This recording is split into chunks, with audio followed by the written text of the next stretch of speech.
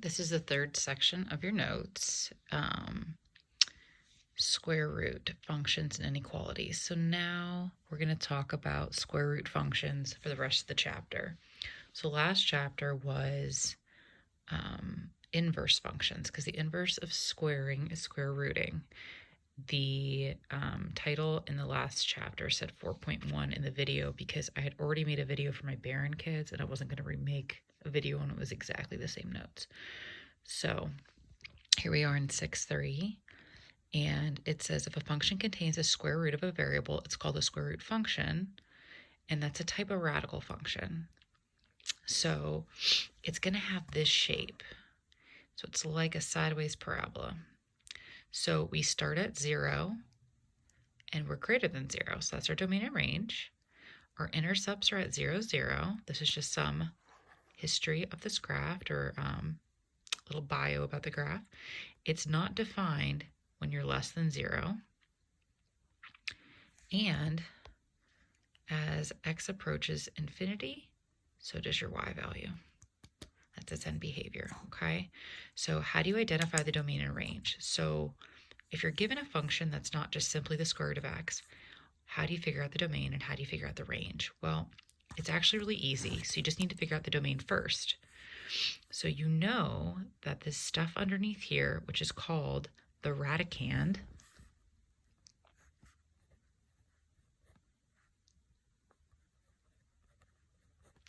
the square root has to be positive. So whatever's under here has to be positive. Okay, or it can be equal to 0, because what's the square root of 0? 0. So as long as x plus 4 equals 0 or it's greater than it, you're set. So subtract 4 from both sides.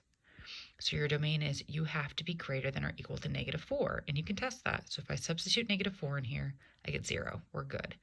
If I put -5 in here, well, that's not greater, that's less. I get -1, so that wouldn't work. Something greater than -4, -3, that would work. And to find the range, you just substitute -4 in, and what comes out? 0. So your range is 0. So you can write it like this. You could say bracket, I start at -4 and I can keep going, or you can write it like this. So either this way or this way. And then your range would be 0 and greater. Or you could say your y value is 0 or greater, either one. You see this notation in college more, that's why I had them write it like that.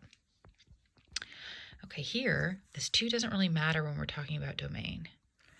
So you say the radicand, x plus 6, has to be greater than or equal to 0. So when you solve, your domain is -6, so you're -6 and greater. And then your range, when I take -6 and substitute it back in, I get 0, square root of 0 is 0, plus 2, which is 2. So, and if you put in your graphing calculator, you can visually see it. This last one says you try. Hopefully it's not like this in your notes, but I'm assuming that says x minus 3. So you'd set that equal to 0 or greater than it, so your domain is 3 and greater. Okay, and your range, then you'd put 3 in, and your range would be 0 and greater. All right. Now how do we graph them? We graph them by our domain and ranges. So if you start with this function, you would start at your domain. So what you do is off to the side say, okay, x minus 2 has to be greater than or equal to 0. Therefore, x has to be greater than or equal to 2. So I'm going to put 2 in, and I get 0, and then 5 would be 5. And then keep working up. If I put 3 in, 3 minus 2 is 1. Square root of 1 is 1, plus 5 is 6. If I put 4 in, I get 2. What's the square root of 2? It's not good, so I'm going to skip 4. Would 5 be pretty? No. If I put in 6, 6 minus 2 is 4. It's beautiful. So 6 minus 2 is 4. The square root of 4 is 2. 2 plus 5 is 7. Keep going. You want to get, you don't have to fill in the whole table, but you want to get enough so you get that picture. And then you're done. Okay, so you plot those points and you connect the dots. Make sure you have arrows for continuing. You would not have an arrow here because this is where you start. Now, let's see if we did this right. Normally, your graph would be here. Did you go up 5? 1, 2, 3, 4, 5. Yep. Did you go to the right 2? 1, 2. Yes, you did. Okay. Here, we do the same thing. You'd off to the side say, okay, x plus 3 has to be greater than or equal to 0. Move 3 to the other side, so you have to start with negative 3. Okay, when you put in negative 3, you get 0, minus 1, negative 1. If that's way too fast, you can actually do it off on the side or put it in your calculator. And how do you put it in your calculator? I will show you if I can find it. Okay, so like say you wanted to put these numbers in here. So say you start with negative 2. So you would do negative 2, and then you have the square root of, you're using negative 2 plus 3. Get out of there by you pressing that out of there, and then minus 1. Hit enter. You get negative 3. So you do that for all of them. Like I said, try to go as far as you can. Oh, okay. Why is it flipped? Because there was a reflection on the x-axis.